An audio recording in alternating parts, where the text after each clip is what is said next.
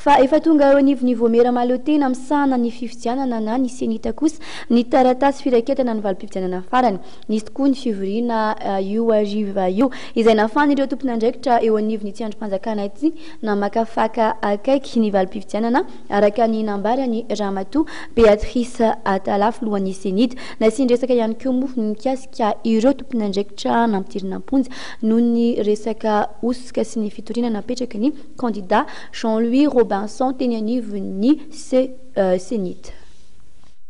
Ny voalohany teny angambany zany dia miarabantsika vahoaka malagasy rehetra na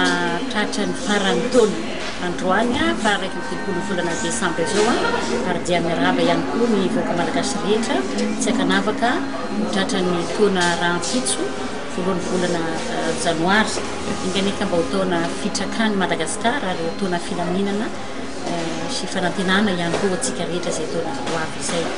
Raha ny eto amin'ny senita moa zany dia hitanareo fa mbola tena miasa dia miasa tokoa izahay ary dia misy ihany koa miasa zay mbola atao raha piso voalohany volana janoary zany hoe mba noezana moa zany mba ho permanence aloha ny miasa satria mba vizavisaka ihany koa ankizy ary fety ny andro na izany zany nefa dia namarana ary mbola nanao assemblée générale izay hatramin'izao afaka zao mijery zany ireo PV zay misy anomalie rehetra reny zany no hitantsika mbola tsy mampivoaka ny vokatra feno tonga androany tamin'ny efatra sasany ihany koa zany ny dernier pli ny district ny Belo Tsirotsirodina zay zany ny farany tonga teto amin'ny senita ary dia nanao ny confrontation zay PV zay zany izay ary dia mamita ihany koa ireo pitsopitsony rehetra pitsopitsony rehetra ny antota taratasy zay tokony hoentina makany amin'ny mesy cour électoral spécial ireo PV tsy tonga ty amin'ny senita ireo PV zay misy anomalie tsy maintsy mibahany assemblée générale zay rehetra zay zany masa natao amin'ny senita eto ary ao anatin'izay koa dia sady manao ihany koa ny dossier momba ny législative ary eo amin'ny efatra amby telopolo eo ny district zay navoaka ny senita amin'izao fotoana zao ary dia mbola mitransa efa araky ny voalazako teo zany hoe bureau de vote efapolo na dimapolo eo sisa zany no misy an'izay anomalie zay vita sofa tsara androany mbola misy koa ny rapitso tsy maintsy ho jerevanay eo amin'ny efatra amby roapolo eo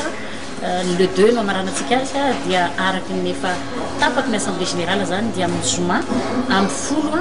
no amoahana ny voka-pifidianana vonjimaika eto anivon'ny senita. Raha ny fitoriana nataon'ny senita moa zany dia efa eny anivon'ny fitsarana maefa ny fitoriana momba an'ireo ataoko hoe olona zay nikirakira ny fifidianana tao anivon'ny ratsy mandraika ny senita dia manaraka an'izay akaiky izay misy ihany koa moa zany olona teo anivony ratsy mangaika ny senita membre ny bureau de vote zany zay nampidirina amponja toy ny eo amin'ny efa-tanàna zay nanaovanay antsoavy ihany koa tany amin'ny ministera satria zavatra asa no nataony kanefa dia no nietraketraka ny sasany ihany koa zay mety tsy lany dia natonga an'izay fitoriana izay ka dia mino izay fa hijery ny famarinan'izay zavatra zay ny fitsarana raha ny filazanao teo hoe ny momba ny fitoriana hafa ihany koa zay tonga teto aminay zany dia nisy fitoriana avy amin'ny candidat Robinson Jean-Louis zay assemblée générale moa zany androany efa misy ihany moa ny fomba namalina azy fa délibération zay navoaka ny assemblée générale androany zany dia inoko fa raha pitso na afaka pitso dia ho azony ny valin'izay ny fitoriana zay nataony zareo taty amin'ny senita misy ihany koa fitoriana anankiray ana législative zany zay voavaly ihany koa androany dia ho notifie zany reny olona reny na rahampitso na afaka pitso zany ny efa lazaiko foana nge hoe zony tsirairay ny mitondra ny raharaha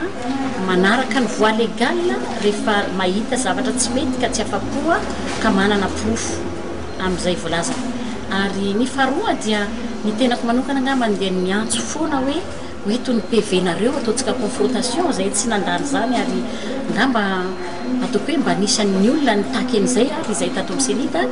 10 ny PV no etiny tena ny candidat Robinson teto aminay dia nataonay ny fanaovana confrontation mino sy matoky fa afaporo zareo tamin'ny confrontation nataony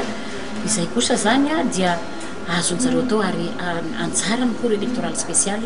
no mitsara ny raharaha momba an'izay fraude hitany zareo zay fa ny anay teto amin'ny senita zany dia ataoko hoe milamina hitanay ny PV ary misy ihany koa ny PV zay hitanay nisiany zany mety osoka izany dia izay tsy maintsy nahitsy ny senita ao anaty lay PV lay fiche de de concordance zay miasan'ny senita ary dia mijerevana tokoa zany zavatra zany ary ireo fitoriana tonga ty aminay na ny fitarainana dia mijery akaiky an'ireo zay indrindra momba ny législative